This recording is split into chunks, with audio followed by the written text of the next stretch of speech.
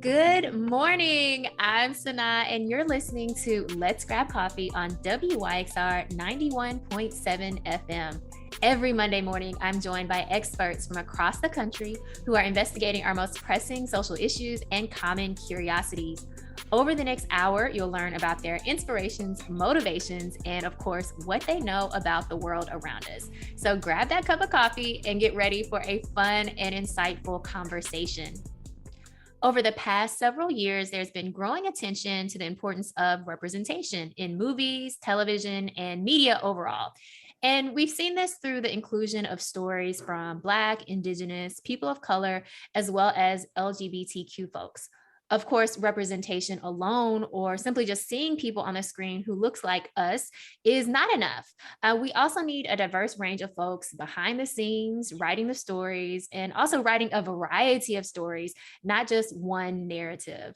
To talk more about art, film, and diversity, this morning I am joined by Kebo Drew. Kebo Drew is a filmmaker, writer, poet, dancer, and activist. She is the writer, producer, and director of Ain't I a Woman, which is screened at the Langston Hughes African American Film Festival, among others. And she has also produced numerous award-winning films, which include Don't Fence Me In, Major Mary, and the Karen Refugees from Burma. She is a Cave Canem Poetry Fellow and won the Audre Lorde Pat Parker Award and the Astria Emerging Lesbian Writers Award. She has also won the Irene Weed Dance Award and the Robert Kirkendall Dance Scholarship. Kebo is the managing director of the Queer Women of Color Media Arts Project. Welcome, Kebo Drew. I am so excited to have you here with us this morning.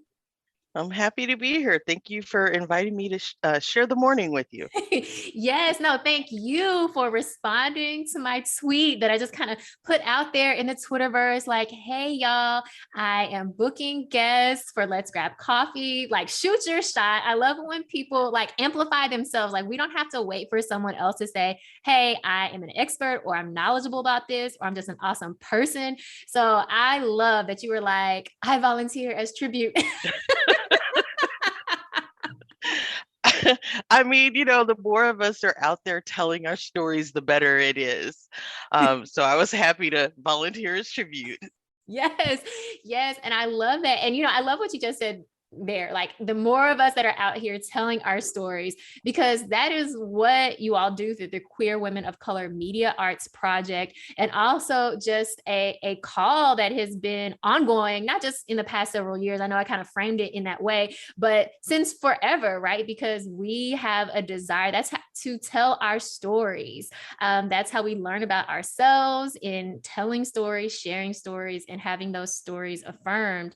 So I wanted to start there with QWOCMAP, and for you to kind of share with us a little bit more about what it is and kind of some of the aims that you all have. Sure. Well, let me start actually at the beginning. So our founder is Madeline Lim. She is an award-winning filmmaker, independent filmmaker, originally from Singapore. So she immigrated to the US. So a big part of our kind of understanding of ourselves as an organization is also being immigrant run. And one of the things that she says all the time is if you have 20 stories by Chinese American lesbians or 20 stories of queer, transgender Black folks, you can't stereotype us, right? Because those 20 people are probably going to have 40 opinions, right, about how they're experiencing the world. And so it really broadens our understanding of folks versus kind of condensing who we are or shortcutting who we are with real stories. And I think the piece about stories is it's the authenticity, right? Mm-hmm. The truth telling is really important to that because it really just expands our understanding of not only who we are, but who other people are. And it really reaches people's hearts. And that's the important part. Yes, I love that idea of truth telling and having not a stereotype, not trying to pigeonhole, okay, well, all people who are of this race or this nationality or this immigration background have this one story, because that's certainly not the case. although mainstream media might try to package it in that way or has packaged it in that way, particularly in the US, since we're talking in a US context, in one way for a long time. But I love the work that you all are doing is bringing in the wide range of experiences, the differing opinions, there's not one way to be or think about folks of whatever nationality, ethnicity, race, sexuality. And I think that's so important. Yeah, thank you. That's part of why we do the work that we do. And I think, excuse me, the other piece for us is making sure that communities have the tools to tell our own stories, right? So it's not just we want to tell our stories, but do we have those tools? And because film is so super expensive, one of the key programs of QWOCMAP is free filmmaking training. So we bring folks in. A lot of times people don't have experience with touching cameras, anything like that, don't know how to tell the story. They come in and we start with everything from bringing up their idea to writing the script to shooting it to editing. So folks get the full gamut of experience on a film and can really figure out like what it is that they like about it, and which kind of piece matches who they are, builds on their strengths, things like that. And so we designed the program so it's really accessible to a wide range of folks. So folks that maybe were in foster care or have left school or maybe learned differently. And so that way everybody has something they can be successful with. And part of one of our goals for that program is to develop people's creativity, but also their leadership, right? And so everything about the program, we're designed to support people in their vision, right? And what they want to say. And it can be a really powerful, one of the church members that I know said we were doing soul work, when we could see really the full person and they could really tell a story that they hadn't been able to tell before or hadn't been supported in telling before. Yes, so important what you just said about seeing the full person and giving them a way to kind of bring forth the stories that are within them that maybe they haven't been able to, say out loud or even really understand sometimes for themselves yet, right? Sometimes we don't even have the language or the creative outlet to share and craft our stories. So that's so important that you are giving people the tools to kind of put them into motion, quite literally, right, on film, Right. put those stories out there. And as you were speaking, I heard a lot around gatekeeping and not, being gatekeepers to a specific type of technical knowledge, or a specific type of storytelling, but really making, like you said, making that available to everyone kind of where they are, Right. in the learning process as well. Exactly. And I think that that's part of the thing about film. There's a lot of mystery around it, right? It's completely like, what is happening? Nobody knows, right? And and one of the reasons that, it functions the way that it does and we don't see as many stories is because it's so expensive. So it's like the people who already have access get more access, even though there might be a few diversity programs here and there, but it's really something that not as many people have access to. And so you get used to not seeing your story ever, or seeing someone that looks like you, that is, in their full humanity. And so by giving folks the tools, it really makes sure that we can not just tell a complex story, right, of who we are, but it also complicates like the issues and how we think about them. One of our group of filmmakers was a really great team, and they came up with a film together that was about their different stories and histories. So we have a woman who is Pakistani and Muslim, who talked about the partition in India when India got separated from Pakistan. Then we have a queer Bangladeshi who talks about Pakistan and East Pakistan, which became Bangladesh, right? And so what that does is the next time you see, like, let's say, a Bond movie and you've got a villain somehow that's, and the villain is living in Pakistan, it gives you this way of saying, wait a second, I don't have to accept that as the only understanding that I have of this group of people because I've heard about someone's nani, their grandfather, and their story and the struggles of their family. And so automatically that film juxtaposed with something more mainstream completely shifts how we're understanding this history and these people. And that's something that's really powerful as well, right? So Mhm. you're understanding, wait, that's only of someone's vision and it's only like a fraction of what there is. So when we have these larger conversations like what's happening in Pakistan, well, then we start to understand that there was some history there, right? And there's some reasons and some political realities. And I think that's also an important part of telling our own stories is it enables us to really understand history and context. Mhm.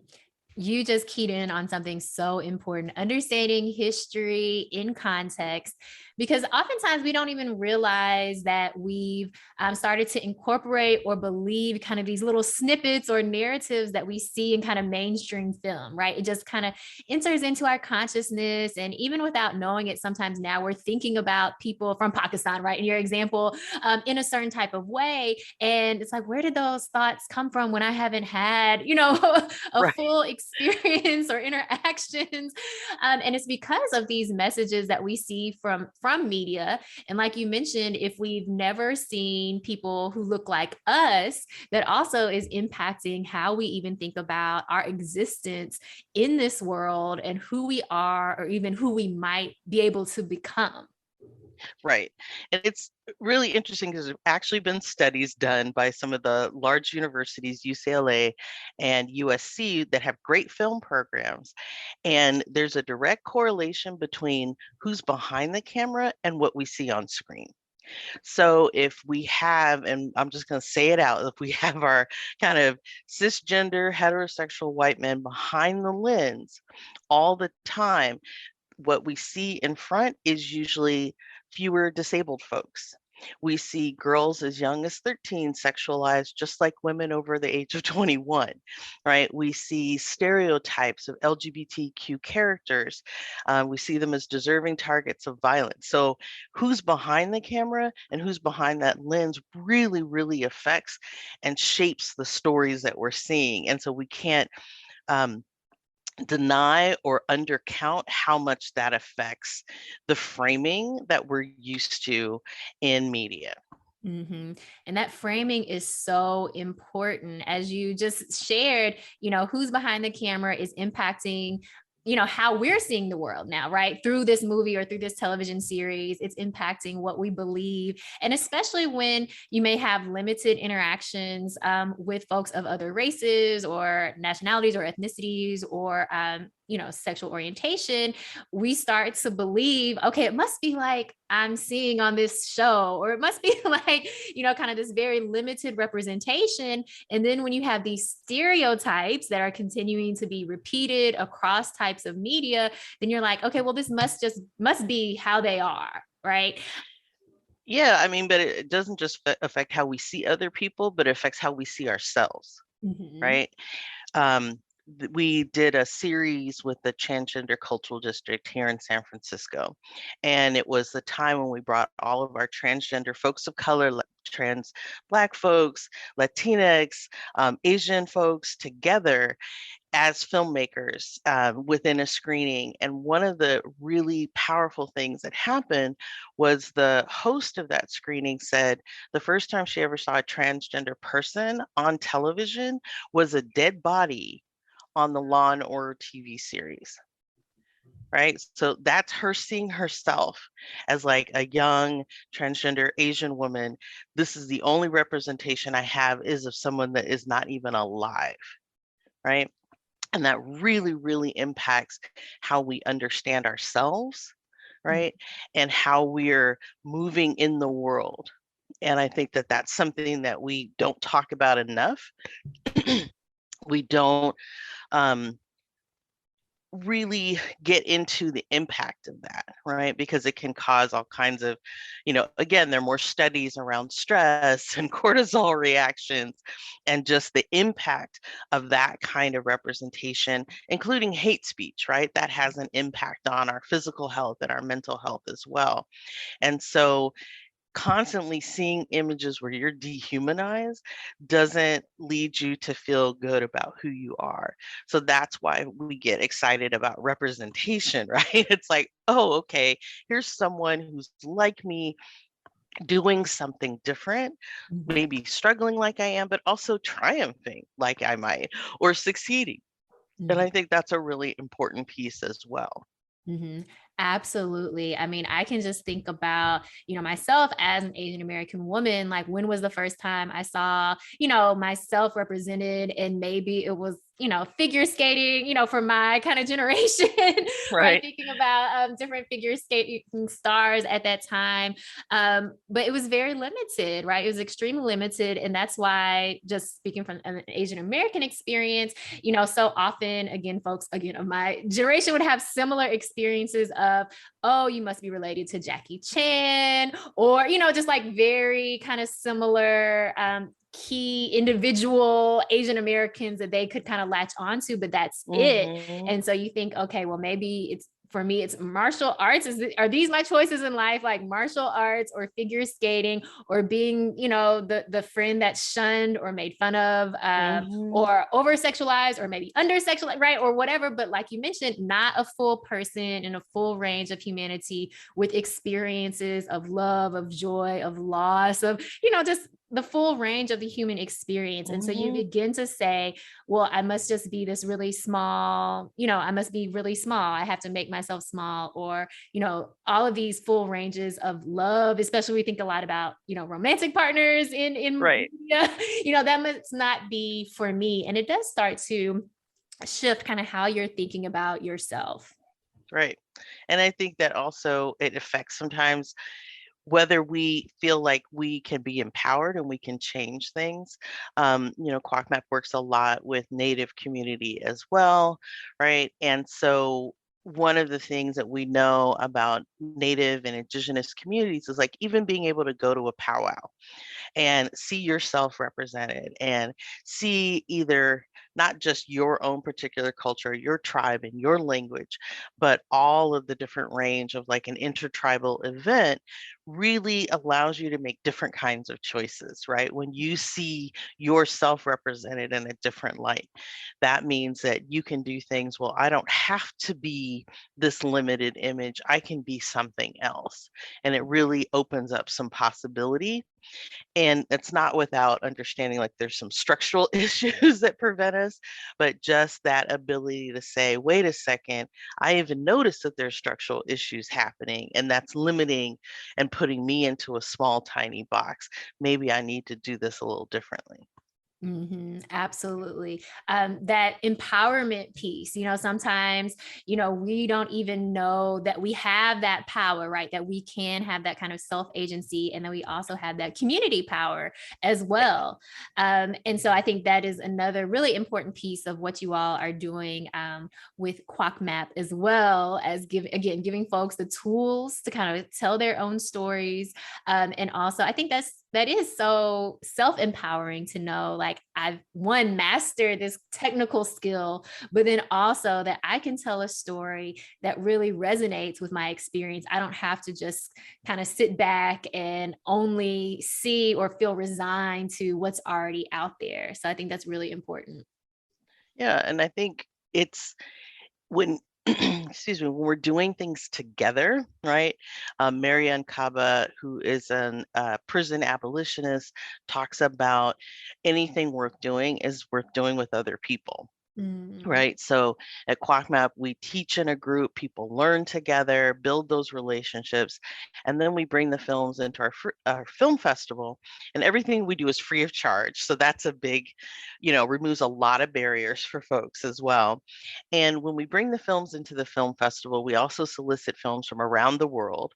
So our filmmakers get a chance to kind of go toe to toe with folks from all parts, right? Turkey, India, Japan. And then the other piece that we do is because so many of those themes are really important is we partner with all kinds of different organizations. So like the Chicana Latina Foundation, which is one of the only organizations in the country that provides scholarships to undocumented students. Mm. So we'll partner with them, and that will highlight some of the themes of the film. And then we'll have discussions. And so what ends up happening, for example, we did a whole piece on queer migration. So instead of calling it immigration, we're talking about like how people migrate. That's like a human thing, right? Um, and what happens is that people understand, like, oh, wait a minute, my understanding of the LGBTQ, community migrating, usually what happens is that it's same ethnicity, same race, except one member of the couple has US citizenship and the other one doesn't.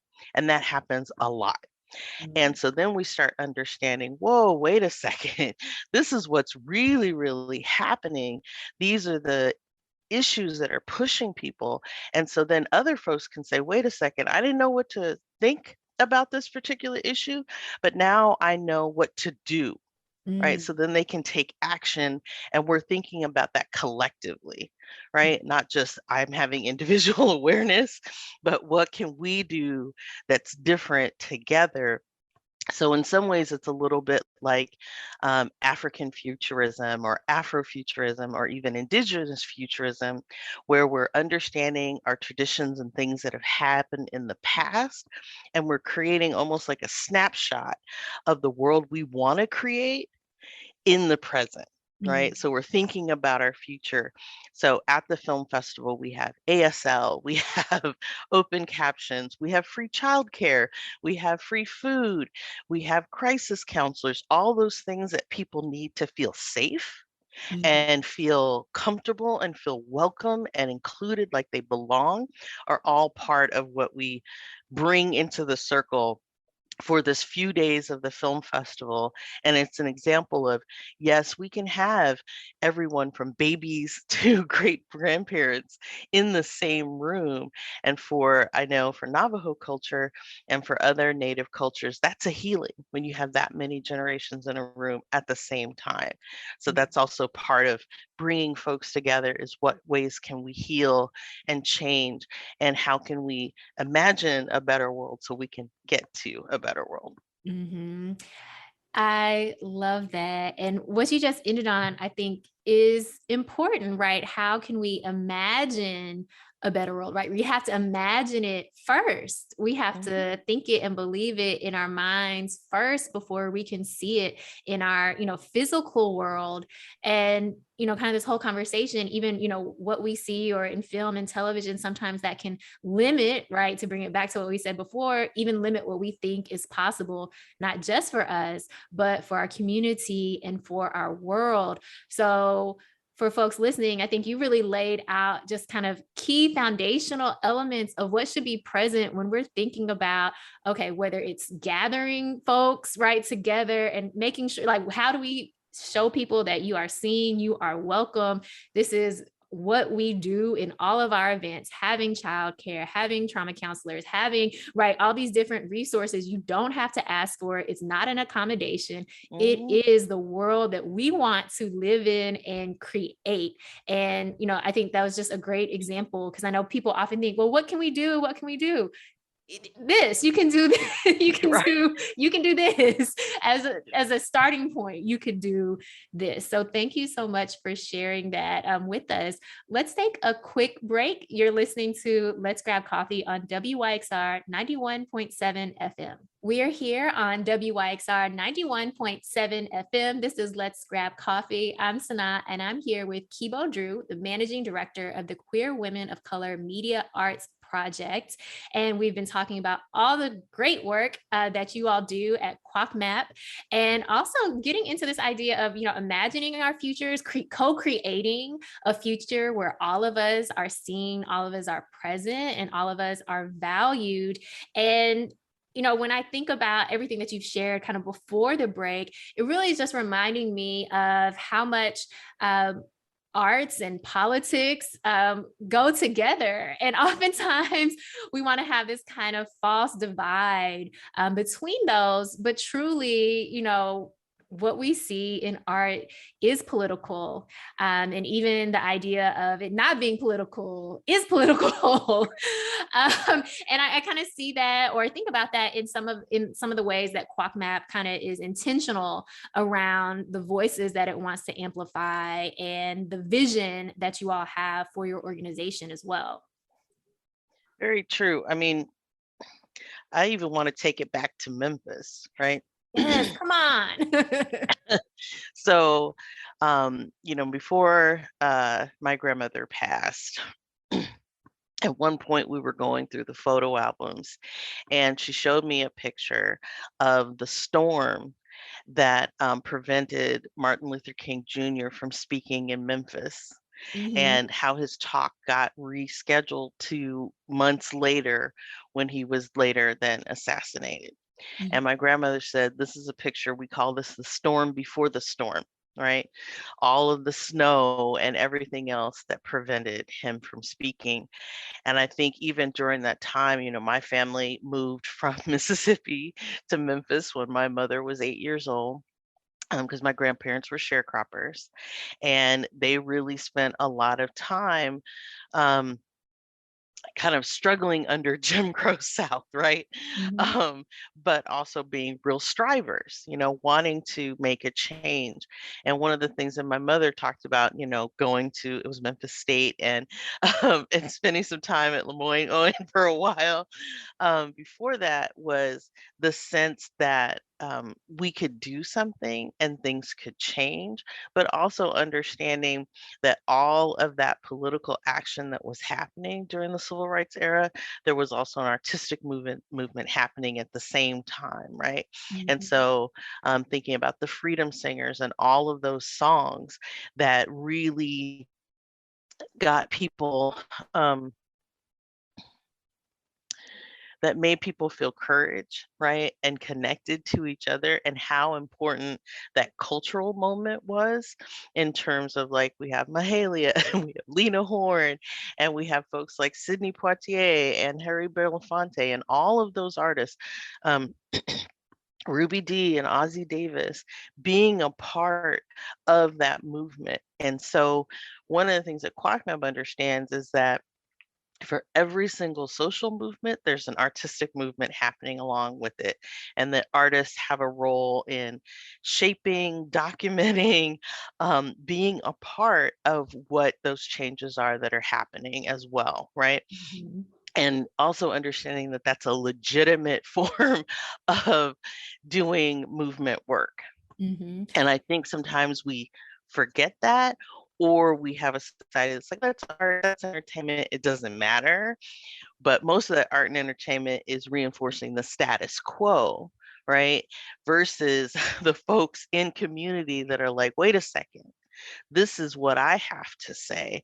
And that being really important, um, in terms of, it's almost like nourishing two trees at the same time, and they're becoming not just like, this individual tree is politics and movement work and this is art, but understanding, I live in California, so the redwoods, you can't just have one or two redwoods, right? You got to have like a whole group of them, and they work together, and that makes it much stronger. And so this notion that somehow art is divided from what we're doing is one of those things that I think makes us less strong. mhm. And thank you so much for really illustrating that for us, because as you mentioned, arts is movement work. And I think we can think about it, especially through song, because so much of those shared emotions come through in song. But even when you think about protest or, shared protest chants or shared singing when you're, in, walking or protesting, or it is a shared emotion. It is a Mhm. shared language, but it also can be a rallying cry around a particular issue. And it is all intertwined because our lives are not kind of separated into these different pieces of ourselves, but art is part of who we are as well. We are all artists, even though we may not be professionals, but we all create, right? We all create and we all express in some way. Yeah, and I think it's important also just to note that for communities of color, right? This is something we really have to talk about because depending on what your culture is, like in Latin America, and we have like Black folks, and a lot of music that we understand is like the popular music that is Latinx music is coming from not only Black and African roots, but it also has indigenous roots, right? And so there's something about our particular cultures where it might be our folks do beading, or we do silver work, or we do singing, or we do dance, or we do theater. But that's something that is very important to us as our different cultures, right?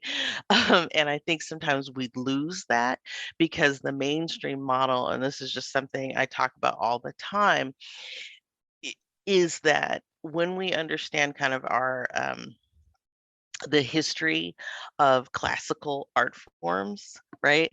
Then we start to understand how that reinforces the status quo. So, for example, Louis XIV used ballet to control his nobles in his court, right? He used dance as a way to control them.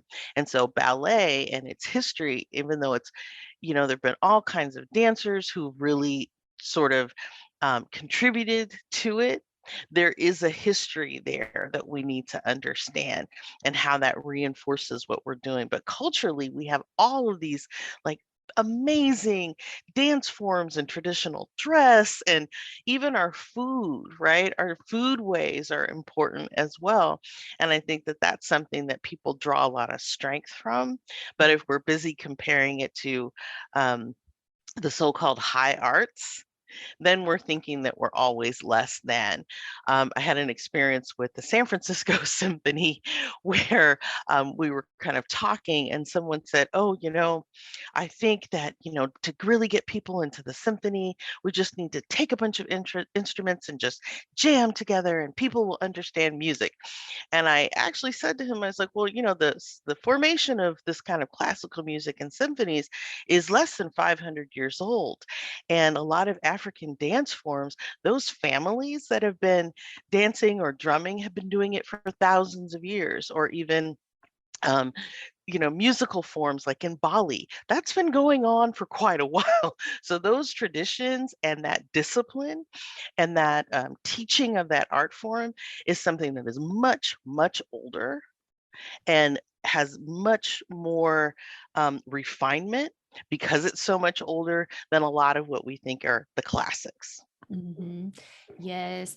And, I think it's so important to have this conversation because, as you pointed out, once we start to buy into this divide of, lowbrow art or highbrow art, then we are making these comparisons when really there doesn't have to be a comparison.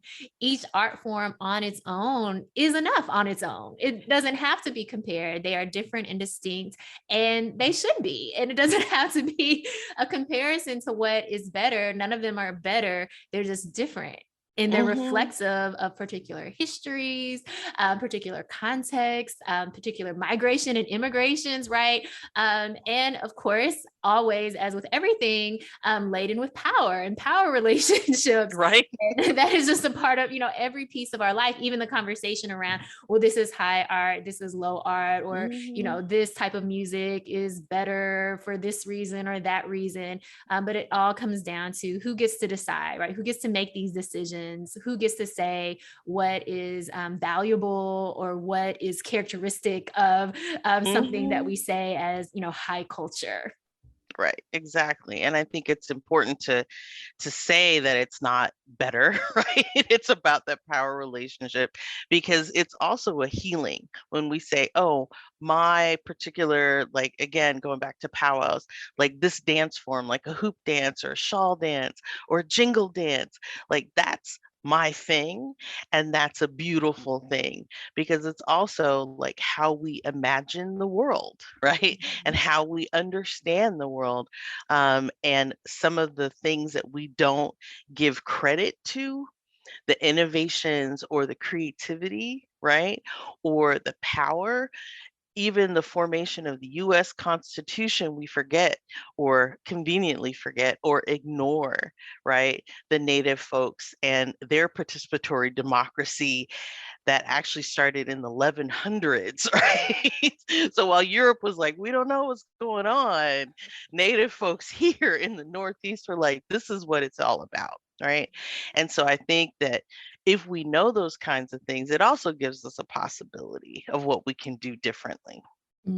Absolutely. I mean, I think it kind of relates back to what you said in the first segment, which is that people who already have access get more access. So we just continue to build upon kind of the privilege and power that has been instituted by force, by might, by will, and forgetting that, okay, what are the ramifications in the present day of some of these past decisions? Hmm. And if we are committed to creating a different type of future, what would we then have to do? What would that look like? And then what would that require of us as well? Right. And I think, it seems very big because it is, right? It seems like a lot because it is. But I also think that there's a thing, and you know, one of the things about my grandmother passing is that people could learn about what she did and the kinds of things that she did. They were among some Black farmers in Memphis that when they decided to put the highway, the north south, they, it was eminent domain, and they actually said, wait a second, you can't just take this land from us. And they actually organized. Or when they moved out to Rossville, a small thing that they could do was host the doctors to come out and put the medical clinic there.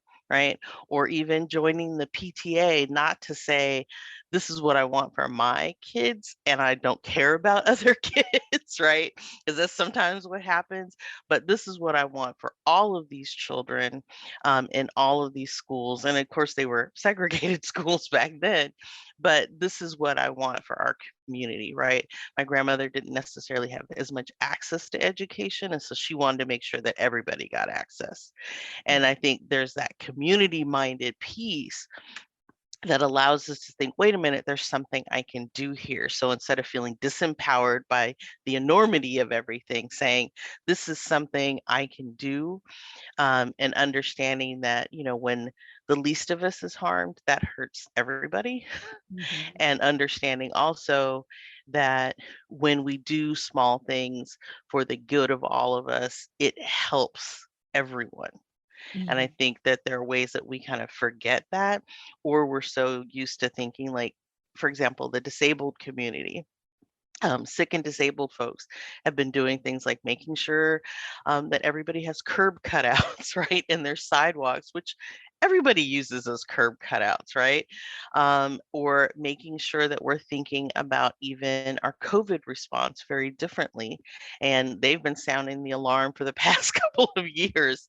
And even one of the reasons that QWOCMAP is able to do what we do is because we listen to the sick and disabled community really closely, and they said, do this is what's going to happen. And so in some ways we were able to anticipate because we were listening to the folks that are most impacted, to tell us what to do. And I think we're not used to that, and that makes us feel like we can't do anything. But there are folks who are on the ground who are doing something, and so find those folks as well. I think it can be a different orientation depending upon um, kind of how far you've come so far, kind of what your Hmm. experience has been. It can be a very different orientation to actually listen to people and realize you don't know everything or that people are experiencing the world in different ways than you are. Hmm. But then also not feeling overwhelmed, as you mentioned, with there's so much to do because there is so much to do. But knowing that one, you are part of a community, and two, that as you mentioned, you can do something small that, you know, will maybe snowball into something bigger, or maybe will Mhm. just be that one small thing, but it's still something that is making a difference. Right.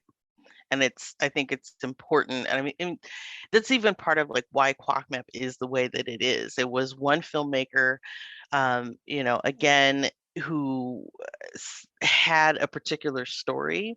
Like one of the reasons that Madeline Lim left Singapore was because um, her art and her activism was something that the government at the time was not into, to put it very kindly. And so she left right ahead of different waves of arrests of folks, including, like teachers and professors and lawyers, all kinds of folks. Um, and I think that history of saying, okay, I can do one thing myself as a filmmaker. I can make so many films per year, or usually independent filmmakers, it'll take like 5 years or longer. But what if we have a community of filmmakers, right, telling all of these different stories, not just about ourselves, but about things that we're really, really into. Like we have one of our filmmakers that we just awarded a grant to. She is really into understanding taquerias and taco stands and taco trucks across the state of California, right? And how important that kind of food is, right? That we're kind of like, oh, that's cheap, we don't care, sort of, right? But like understanding the history, the what it's tied to, and it's a sense of like, oh, this is something to be happy about and prideful in, right? We can have Mhm. some pride there. Um, and I think that, she took this small thing of, I can do so much as an individual, but let me do something that changes the film industry as a whole by making sure that it's more of us in the industry telling more stories. And that at the time was a very small thing, and it's grown over the years. And I think that each of us can do something, again, really small. Maybe you put in a free library, who knows? But again, it's that doing something small actually can help all of us. And I think Mhm. we sometimes don't feel that we can do something. Um, but there's so much that can be done. And I think that's the other thing I learned from my family is like, let me do something. Um, Anything, even if it's just like, okay, I'm giving money to the Memphis Food Bank, and of course, always give cash to the food bank, or I'm volunteering to serve a meal, or whatever it is. And I think that that also replenishes our spirit as we're giving and going. Um, and I don't mean to sound too soapboxy, but I just think that it's just one of those things that's like, because there's so much that would lead us to despair, that again, I'll go back to Mariam Kaba, um, hope is a practice. So Mm. every day we have to do something deliberate, that hope is a practice. And so me taking an action is me saying, okay, I'm going to have hope. Yes. I love that. Hope is a practice. It really is. And that those small acts, as you just mentioned, if done well and if done consistently, they do something for our community, they do something for ourselves.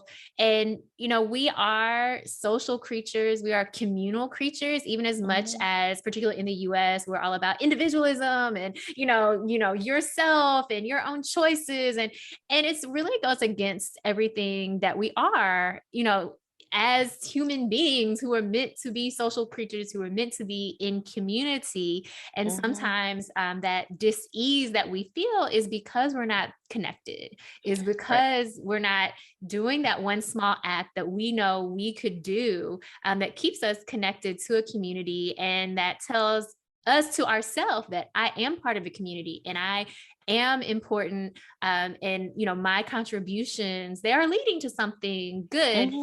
for all of us, Yeah. collectively. And it's funny because I think, they've done a lot of research around addiction, and they say that the opposite of addiction isn't sobriety, it's connection. Mm. And so I found that that's been really interesting to think about. Or even different Native cultures have a concept about being in right relationship with each other, right? And we don't talk about that often enough. how to be in right relationship and what that means sort of as a community together, but also whatever communion happens with our spiritual centers. And that's something that QWOCMAP emphasizes a lot is how can we be in relationship with each other? It's not just an individual filmmaker and their success, it's a community of filmmakers. And I think that's one of the things that we emphasize so much in everything that we do, including like when we send our films, like QWOCMAP films, there's over 400 and we're almost at 460, we're at 459 of the different films that have been created over the years. And we'll send them to churches and synagogues and mosques so that people can have conversation and, have that relationship with each other, talking about things in a place that it feels safe to do so and feels comfortable and welcoming. And then that can change even how these different spiritual communities are moving together as well and moving in community. And I think that again, it's like art helping to facilitate that kind of relationship that I think is one of the reasons probably why most of the folks are like, art is not important because that's some powerful stuff. Right. So it's easier to think, oh, it's not important, but it really, really is. So that is something that we constantly are emphasizing, like what's the community, how do we build community, how do we build things together as opposed to someone's individual vision, right? So even the vision for QWOCMAP is one filmmaker thinking of something, but it became about a collective response. So yeah. Yes, yes, so important. And I really appreciate that you all share the films, and that folks can generate conversation. Sometimes art gives us that vehicle to have conversations that we might not otherwise have. And in these spaces, as you mentioned, spaces that are safe, spaces that people already feel kind of a connection and community, and having art just kind of layer on top of that to continue to build community connections, but also to maybe get a little dangerous, right? And remind people of themselves and the power that they have, as a collective as well. And I think that is the importance of art. Well, let's take another break. You're listening to Let's Grab Coffee on WYXR 91.7 FM. You're here on Let's Grab Coffee on WYXR 91.7 FM. I'm SunAh, and I'm here with Kebo Drew, the managing director of the Queer Women of Color Media Arts Project. And we have been talking a lot about community, the power of the collective, and of course, the power of art. And you know what we haven't heard yet is how you came to the arts. You're quite an accomplished artist, in a variety of different types of arts and media. So tell us a little bit about how you got introduced to the arts. That's actually a really good question. So, after my mother graduated from Memphis State at the time, University of Memphis, there was a lot going on in the world. It was early 70s. And we moved to Chicago where my brother was born. We were in New York. And then we decided to, well, I should say my parents decided to do something interesting, and that was to take us to Mexico. And there were a lot of Black folks from the US and Mexico at the time. And one of the things that my mom did when she was there was she was in a play. And so I was constantly seeing sort of art around. I even found out that my grandfather in World War II used to make jewelry as a way to make extra money when he was a soldier. So it's always been something that I think is a part of just family and culture. But then I got to see, my mother sort of be that. And so even when we moved to Oregon, she actually had a role in Animal House, but then she was starting a job that same day, so she gave the role to a friend. Um, but it was the kind of Black arts and culture were always really important. So she was always paying attention to what was happening in jazz. She was also really good friends with a noted artist where we lived. And so she still has his works in her house in Memphis now. Um, so it was always something that was around. And then I went to a grade school that was an alternative grade school, so I was in the dance groups there. We used to put on musicals. We even put in a chorus line once. And so that was something that was very important to me. Even in high school, I went to a performing arts high school, so I was involved in dance there. Again, just kind of sort of continuing the being involved in arts. And I think the powerful thing for me was I was doing my art. I'm dancing. I'm a part of a community of Black poets. We either call it, some people call it cave canem or kave canem, many different things. It actually is an organization for Black poets, and it's the range of Black poets. And one of the things that was important for me was figuring out how I could merge what I was seeing in the change I wanted to see in the world and my art.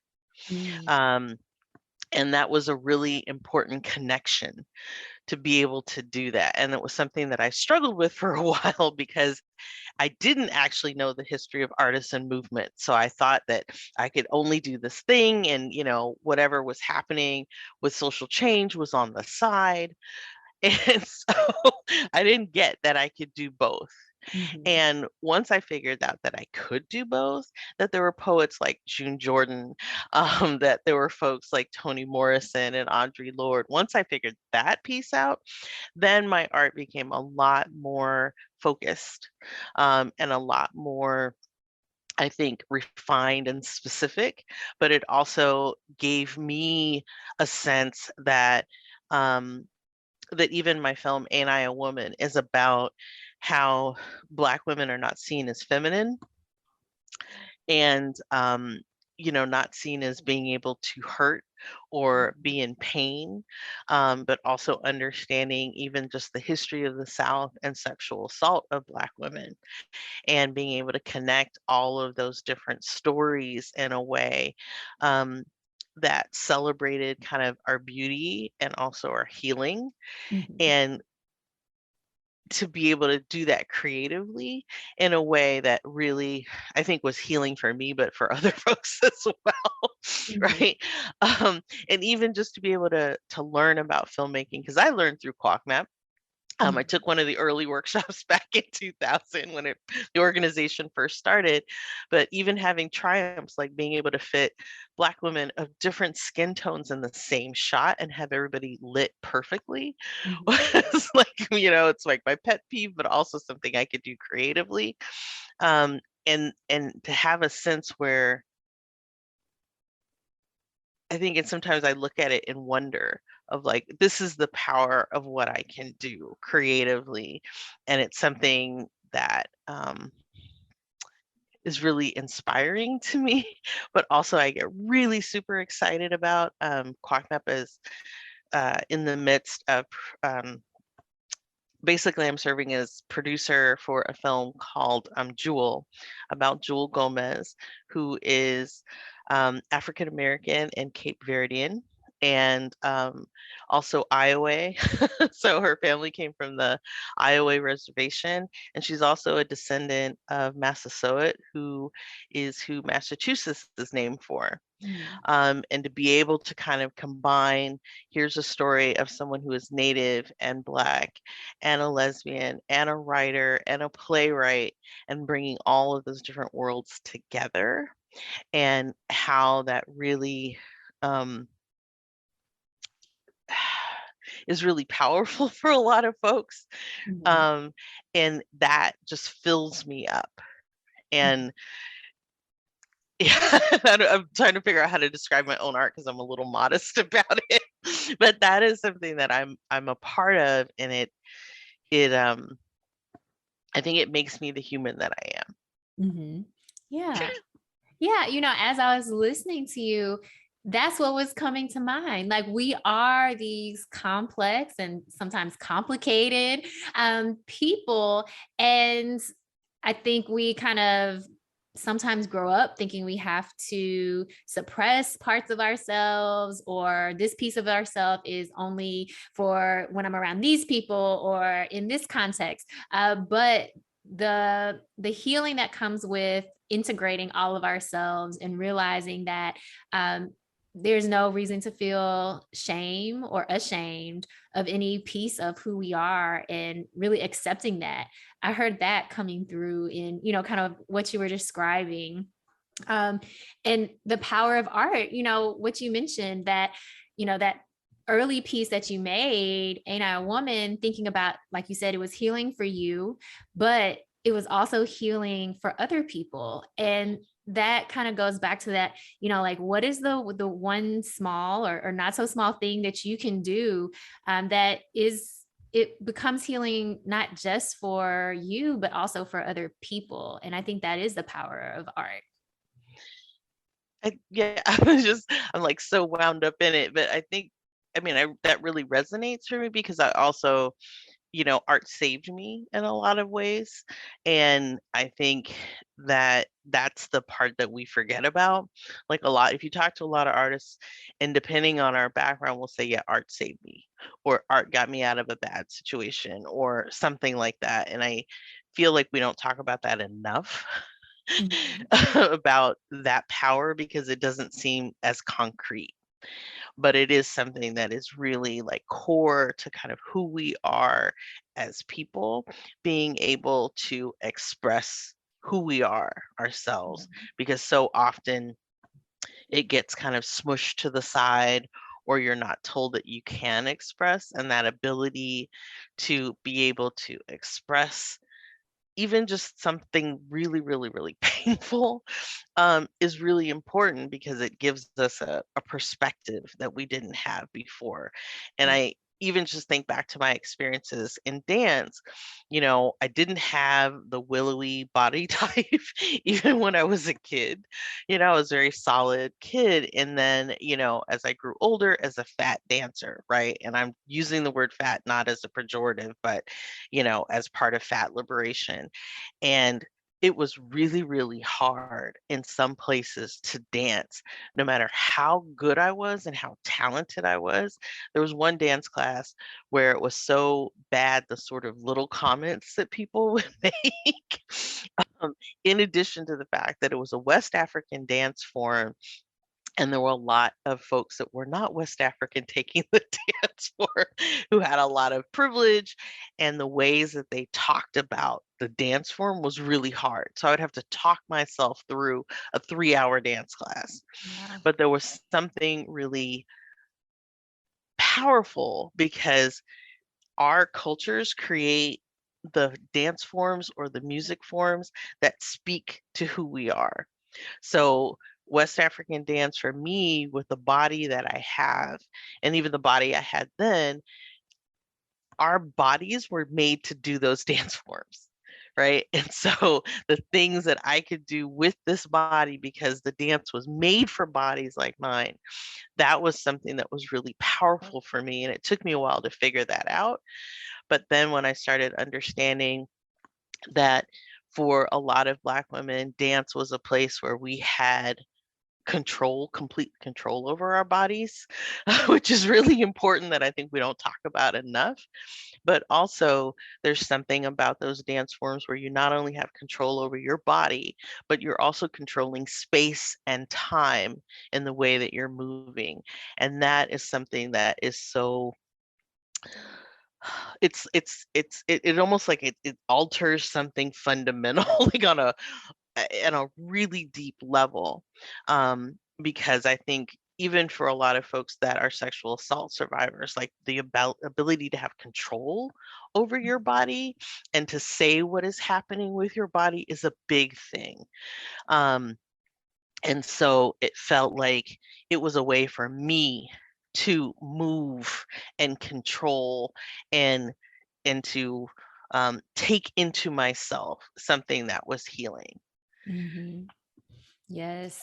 As I was listening, I was hearing, the importance of being able to be fully in your body and also feeling connected to your body. Like, this is my body, that I move in a specific way, that does this for me, not for someone else, not, at the pleasure of someone else or not under the gaze of someone else, but for me. And it really speaks to this desire that I do think is a human desire or just innate within us of agency, of being able to create, right? And maybe that is in dance or in film or in making jewelry, right? But being able to say, like, I can bring something into fruition.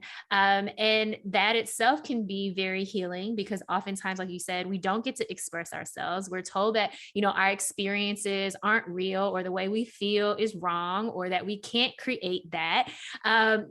Or whatever it is. So being able to express ourselves through art and having a vehicle for it, and especially having the support right for it as well, is very freeing.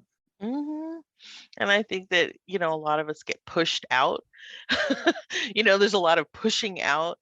And I think what we try to do at QWOCMAP is bring in, Mm. right? Bring people in instead of pushing folks out. Like one of, my kind of work success things is when someone says, "Oh, I didn't know anybody, but I didn't feel uncomfortable. Like I Mhm. felt welcomed and I felt okay."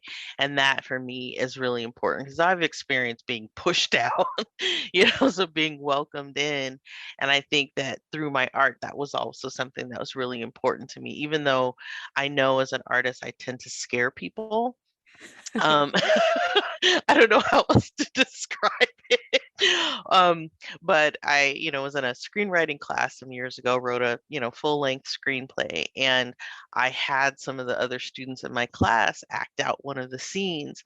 And I was really taking certain family stories that I had heard and sort of putting them together in this film. And so one of the stories was about my great grandmother and kind of the relationship between my great grandfather and my great grandmother's father, and kind of what that meant as a young Black girl, and kind of dealing with racism of the time and also the sexual violence at the time. And I had two of my classmates kind of act out the scene, and it totally freaked them out. Like they were really frightened of it. And it's not a horror movie. It's just a conversation about very real things that have happened in the South, right? And that was really terrifying and hard for them emotionally to just even go through a short, it was like a 5-minute scene.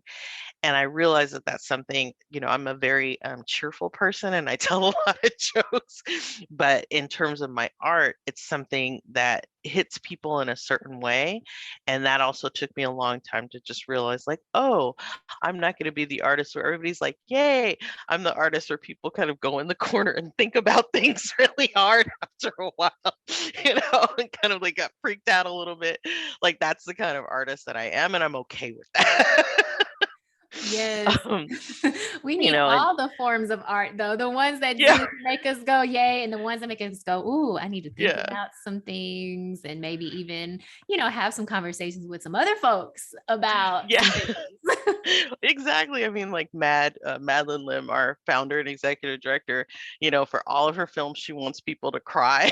And so when they're crying, part of her is like, yay, you cried, right? But it's because she wants that emotion, people to feel something. And I think that's the piece around art that's very different than kind of how we logically explain things to people, like, yeah, that makes sense. And, we've engaged in critical thinking and we know, and we've got the facts, right? And sometimes people can absorb facts and sometimes they need to feel something. I mean, our feelings are not facts, which any good therapist will tell you. But it is important to feel something, right? To have that emotion or that excitement. And I think that sometimes we also dismiss that, right? Like, oh no, your feelings aren't important. And I think that's a mistake, right? Like the emotion of kids who saw Black Panther or saw Shang-Chi and the Legend of the Ten Rings, or even we just saw Eternals with Gemma Chan, or even the young child in Encanto and said, oh, that's me, right? That's me. That is also a certain kind of, oh, I'm feeling something. And we dismiss feelings as not concrete, but and not as real. But one of the things that we even understand in creating change and doing movement work is you have to address how folks feel.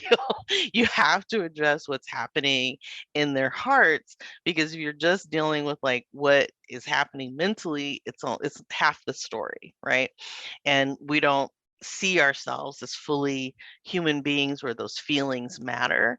I know that folks tend to feel like diversity is like that's a soft skill. And I always tell people that's actually a hard skill.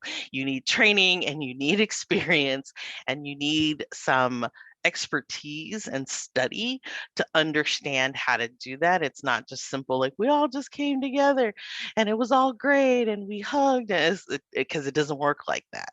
Right. And it takes real intention to be able to do that well.